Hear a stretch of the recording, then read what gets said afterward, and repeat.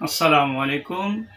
আজকে আমার আলোচনার বিষয় কফ, কাশ, ঠান্ডা এবং কাশির সাথে রক্ত মিশ্রিত কাশি যাদের হয় তাদের জন্য আজকে আমার এই ভিডিওটি। মূলত আজকে আমি দুটি সিরাপ সম্পর্কে আপনাদের মাঝে আলোচনা করব।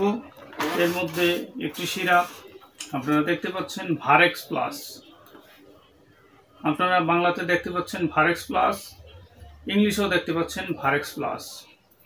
এটি মূলত আয়ুর্বেদিক ঔষধ, মহাদ্রাক্ষারির গ্রুপের একটি ঔষধ, অত্যন্ত কার্যকরী একটি মেডিসিন, যা কিনা ক্ষয় কাশ, ক্ষয় রোগ, রক্তপিত্ত, রক্তপিত্ত বলতে রক্তের সাথে মূলত কফের সাথে রক্ত মিশ্রিত যে কফগুলো বের হয় তা সারাতে সক্ষম। আমি দীর্ঘদিন পেশেন্টকে দিয়ে আসছি, আমি রেজাল্ট এটার জানা।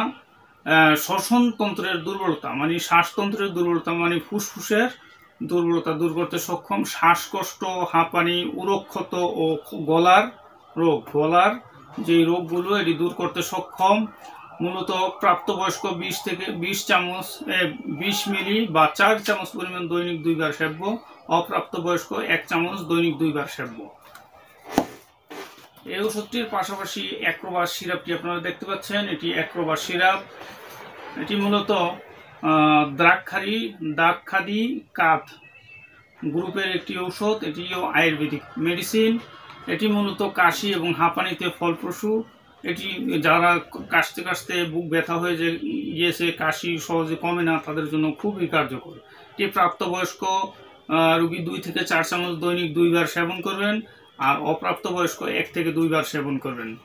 আর মূলত এটি একরাম ল্যাবরেটরিজের ঔষধ, প্রস্তুতকারক কোম্পানি একরাম ল্যাবরেটরিজ। এটি উৎপাদন লাইসেন্স নং আয়ুর্বেদিক 081 DA, রেজিস্ট্রেশন নং আয়ুর্বেদিক 1202 A002। আর এই ওষুধটি মূলত উইনকু আয়ুর্বেদিক বাংলাদেশ, উৎপাদন প্রস্তুতকারক কোম্পানির নাম উইনকু বাংলাদেশ, আয়ুর্বেদিক বাংলাদেশ, মানিকগঞ্জ এর কোম্পানি। মূলত এটি অত্যন্ত কার্যকরী। এই দুটি ঔষধ আপনারা সেবন করলে আপনাদের পুরাতন কাশি, কফ, কাশ, ঠান্ডা, অ্যাজমা, শ্বাসকষ্ট এবং খুসখুসি কাশ, এক কথায় ফুসফুসের যাবতীয় রোগের জন্য সম্পূর্ণ সাইড এফেক্ট মুক্ত আয়ুর্বেদিক মেডিসিন।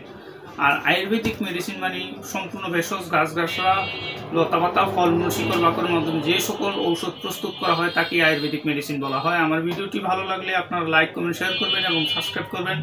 আমার জন্য দোয়া করবেন। আল্লাহ হাফেজ।